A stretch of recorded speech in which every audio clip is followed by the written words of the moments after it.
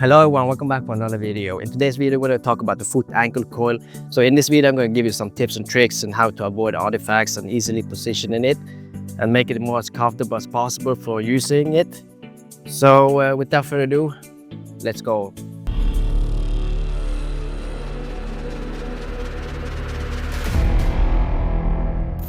All right, I made a little presentation for you guys, and as you can see, I did a few test where we did different positioning, and I will also show you results. I will show you what happens if you do this or do that and what you could try to avoid. So let's go. This is a foot ankle coil like I showed you earlier, and this is how we usually position our patient. As you can see, the headphones, pillow, and it's lying as comfortable as possible and fixated as good as possible. For an ankle or a knee, it's very easy to fixate. There's no kind of a respiratory artifacts like you have in the thorax, cardiac, or liver imaging. So here it's all still. So all you got to do is fixate the patient as good as possible for trying to be able to lying still. All right, so I will show you a few examples. As you can see here, this is one position I did. You can see the forefoot is closely to the base of the coil, while the heel or calcaneus is not. So it's more bent, right? So I will show you in the images what happens if you do so.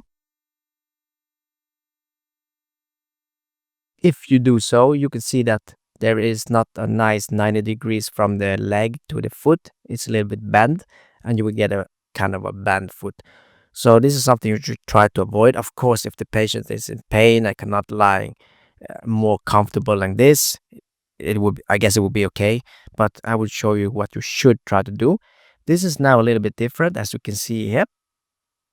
The foot is closely to the base of the coil, and the same is the heel, as you can see here.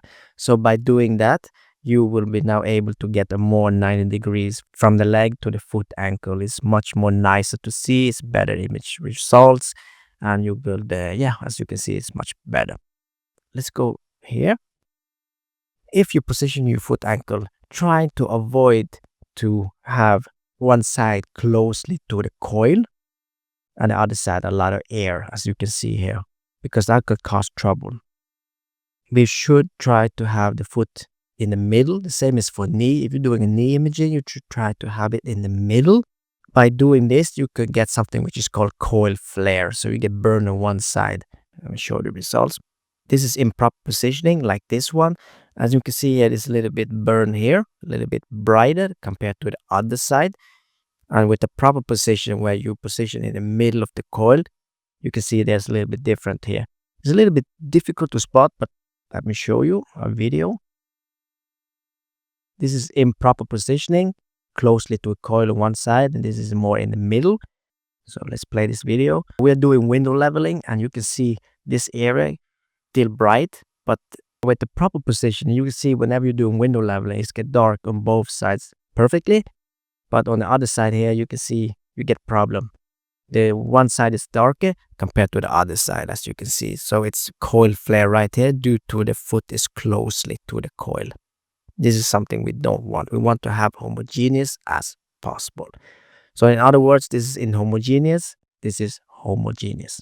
And another thing I want to show you, which is very nice to have and very nice to know, and it's so easy. So as you can see, there are two different positioning here.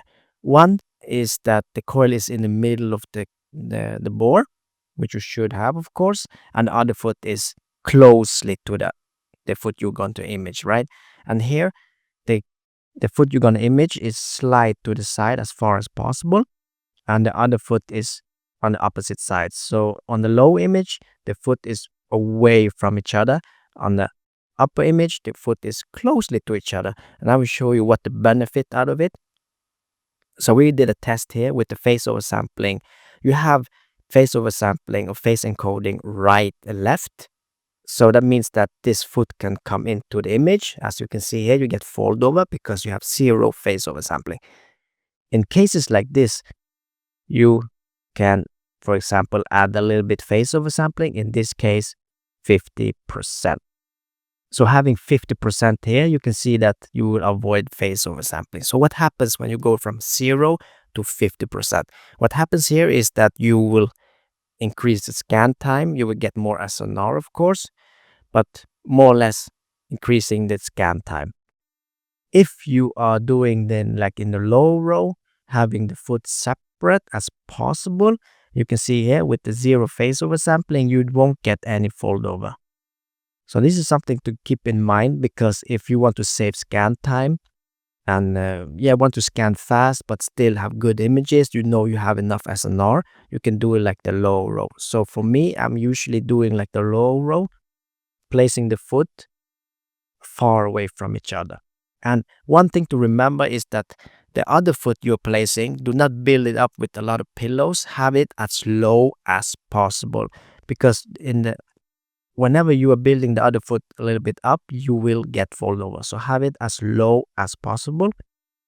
So a message from me is that work efficient, but do it in a clever way.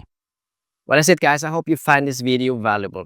There's always a few tips here and there where you learn every day. If you find it useful, please adapt it. If not, don't adapt it. However, before we close up, I do have a question for you. Usually when you're using a foot ankle coil, are you sliding the coils all the way to the side and the foot away, or are you having close to each other? Let me know in the comment section down below. And if you like this video, do not forget to push the like button, hit the subscribe, hit the notification bell, so we get a ding ding whenever new things from me are coming out.